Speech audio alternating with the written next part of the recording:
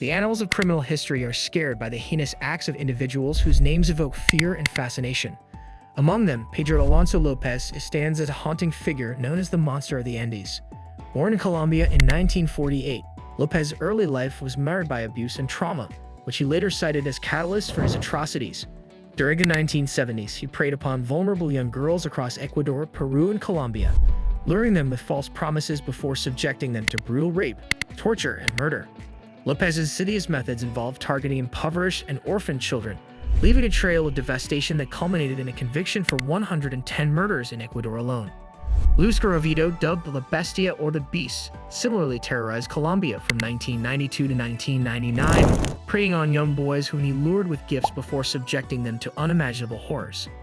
His eventual capture and confession revealed a staggering toll of lives lost, underscoring the profound societal impact of his crimes. Andrei Chikatilo, the butcher of Rostov, shook the Soviet Union with a reign of terror spanning from 1978 to 1990. Targeting women, children, and young adults, Chikatilo's sadistic tendencies culminated in a gruesome tally of 52 confirmed murders, showcasing the depths of his depravity.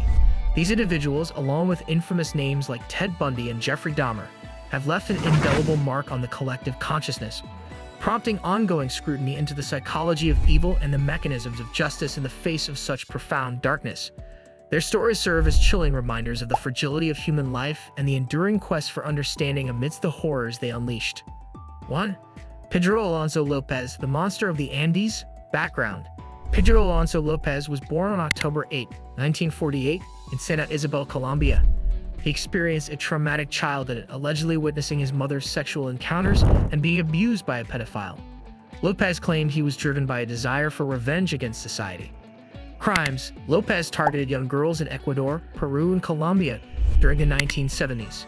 He would lure them away from their families with promises of money or gifts, then rape, torture, and murder them. His preferred victims were impoverished and vulnerable, often street children or orphans. Modus operandi: he would lure victims to isolated areas where he would rape them before killing them. He often strangled his victims or used other methods of violence. Capture and confession: in 1980, Lopez was apprehended in Ecuador after an attempted abduction. He led authorities to the graves of over 300 victims in Ecuador alone, confessing to murdering more than 300 young girls across South America. However, he was convicted of 110 murders in Ecuador and received a maximum sentence under Ecuadorian law at the time. Current status: after serving his sentence in Ecuador, Lopez was extradited to Colombia but was declared insane and sent to a psychiatric hospital. His current whereabouts are unknown, but it is rumored he was released from confinement in the early 1990s. 2. Luis Garavito, La Bestia or the Beast. Background: Luis Alfredo Garavito Cubillos was born on January 25, 1957, in Genova, Colombia. He grew up in poverty and allegedly suffered abuse from his father.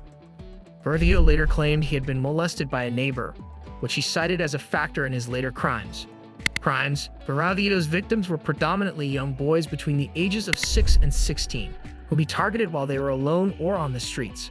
He lured them with promises of gifts, money, or food before torturing, sexually assaulting, and murdering them. His method involved extensive traveling across Colombia, often covering hundreds of miles on foot to find victims.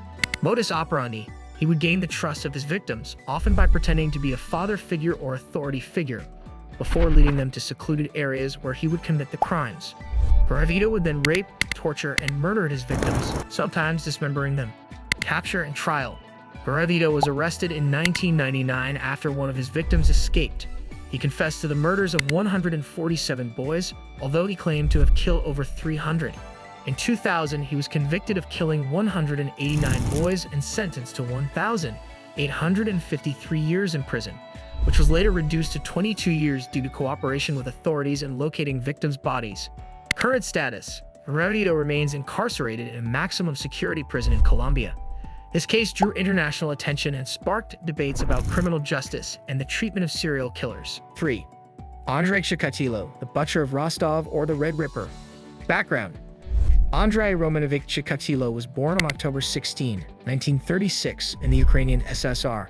He experienced a difficult childhood during World War II and reportedly suffered from chronic impotence and social awkwardness, which fueled his later crimes. Chikatilo's murders occurred between 1978 In 1990 in the Soviet Union, primarily in the Rostov Oblast, he targeted women, children, and young adults, luring them to isolated areas before assaulting, murdering, and mutilating them. His victims often suffered brutal injuries, including mutilation and cannibalism. Modus operandi: Chikatilo would approach his victims in public places, gaining their trust before leading them to a secluded location where he would commit the crimes. He was known for his brutality and sadistic tendencies, deriving sexual gratification from his murders. Capture and trial: Chikatilo was arrested in 1990 after a lengthy investigation and was linked to DNA evidence from crime scenes. In 1992, he was convicted of 52 murders and sentenced to death for each offense. He was executed by firing squad on February 14, 1994. Legacy: Chikatilo's case had a profound impact on criminal profiling and forensic psychology in Russia. His crimes exposed flaws in law enforcement and contributed to changes in criminal investigation practices. 4. Ted Bundy. Background: Theodore Robert Bundy was born on November 24, 1946, in Burlington, Vermont, USA. He was charming, intelligent, and initially seemed to lead a normal life. Bundy's true nature as a serial killer emerged in the 1970s. Crimes: Bundy's killing spree spanned several states in the USA between 1974 and 1978. He targeted young women and girls, often college students, who he abducted, raped, and murdered. Bundy used his good looks and charm to gain the trust of his victims before attacking them. Modus operandi: he would often approach women in public places, sometimes pretending to be injured or needing help, to lure them into a vulnerable situation. Bundy employed various tactics, including impersonating authority figures or faking injuries, to deceive his victims. Capture and trials: Bundy was arrested multiple times before his final apprehension in Florida in 1978. He escaped from custody twice, which added to the public fascination and fear surrounding his case.